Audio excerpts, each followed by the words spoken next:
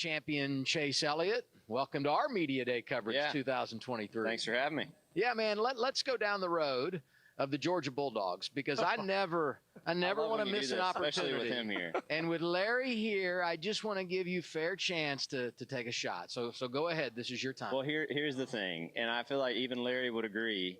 They have had their time. I mean, they've had their turn. I feel like Georgia earned their right last couple of years, in my opinion. They paid their dues. And I even think a true Alabama fan would tell you that too. The best football team in the country last year won the national championship. I'm gonna be a fair guy. I appreciate that, and I've given them credit too. I mean, Bama's been great, and they're going to be great again. I mean, they're not going away, so it should be fun to watch. But it's been fun for Georgia fans the last couple of years, and I feel like we've earned it. Yeah, there is no doubt they have paid their dues. So aside from celebrating that championship, it sounds like you've actually had a pretty busy off season. You were up at the New York Stock Exchange, rings and closing bell. I think you ran some Nitro Rallycross stuff in Phoenix.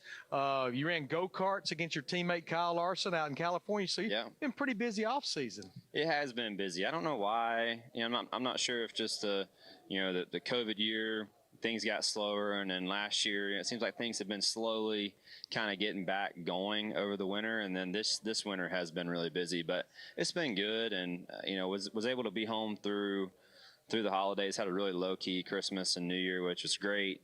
Got to chill out through those few weeks, but really since January hit, it's been busy. As you mentioned, did a couple media tours there for NASCAR up to New York. So that was a fun experience, something a little different. I ran a late model race down in South Georgia a few weeks ago as well. So yeah, it's been a busy latter part of January, but I'm excited to be here, happy to be here, and ready to get this season going. We started out talking about football dynasties, the Alabama Crimson Tide, the Georgia Bulldogs. Let's talk dynasties in the Daytona 500. Petty Enterprises, 9 wins in this race, 8 for Hendrick Motorsports. You're a big part of history with everything your dad did and all that. What would it be like for you to win here and be a part of that step, getting Mr. H head-to-head with Petty Enterprises? Yeah, that's a good. I honestly didn't realize that Mr. Hendrick was one back from tying. So that would be a huge feat. And look, winning the 500 is something that any driver and every driver wants to. You always want to check that box, right? If you're around this sport for any length of time, you want to check that box before you get done. And there's been a lot of greats to not. And I think that's why you have to respect it makes you respect the event even more when you look at the list of people who haven't won the race versus people who have. It's kind of how I've looked at it.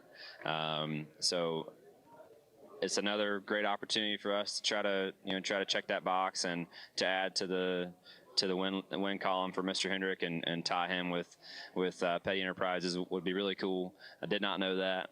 But I'm looking forward to the weekend regardless. And also too, another reason it's special for me is Alan, my crew chief, is from down here, and this has been a race that he just hasn't been able to quite get.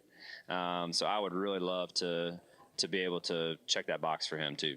Chase, how do you and Alan look back on 2022? My gosh, you won 5 races, which was more than anyone. You won the regular season points championship, made the championship 4, but it just seemed like it was a very up and a very down, kind of an inconsistent year. It was. We checked all the boxes, but the one that mattered most there at the end. But it was a bit inconsistent and a bit more so than I think any of us on our team would have liked. Those last 2 or 3 months were really pretty poor. Just need to do away with the first race of all the rounds and you'd be okay. Man, they've been rough, haven't they? Haven't they? It's frustrating because I love Darlington so much as a racetrack and just that event, the Southern 500, and just how cool it is. Man, that place does not like me back here lately. I mean, we've had a rough go. So, yeah, I hope we can just find some consistency throughout the season. I certainly want to continue to add to the win column. That's the most important piece of the puzzle. And if you're doing that, I think the rest of it's going to fall in line. But it is super interesting looking back at the last couple of years because, we were able to get to the championship 4 in both of them. But the storyline and how we got there were just totally different. One being really consistent, not a lot of wins. The other one being having the wins and not being very consistent. So we just need to find some middle ground in some of this, and I think we'll be all right. I know you want championships. I know you want consistency, but man, to make it to Phoenix 3 consecutive years is hard to do. So impressive. Congratulations on everything that's been happening, and good luck this weekend. Yeah, I appreciate it. You guys enjoy. Daytona 500 week's a big deal, so you guys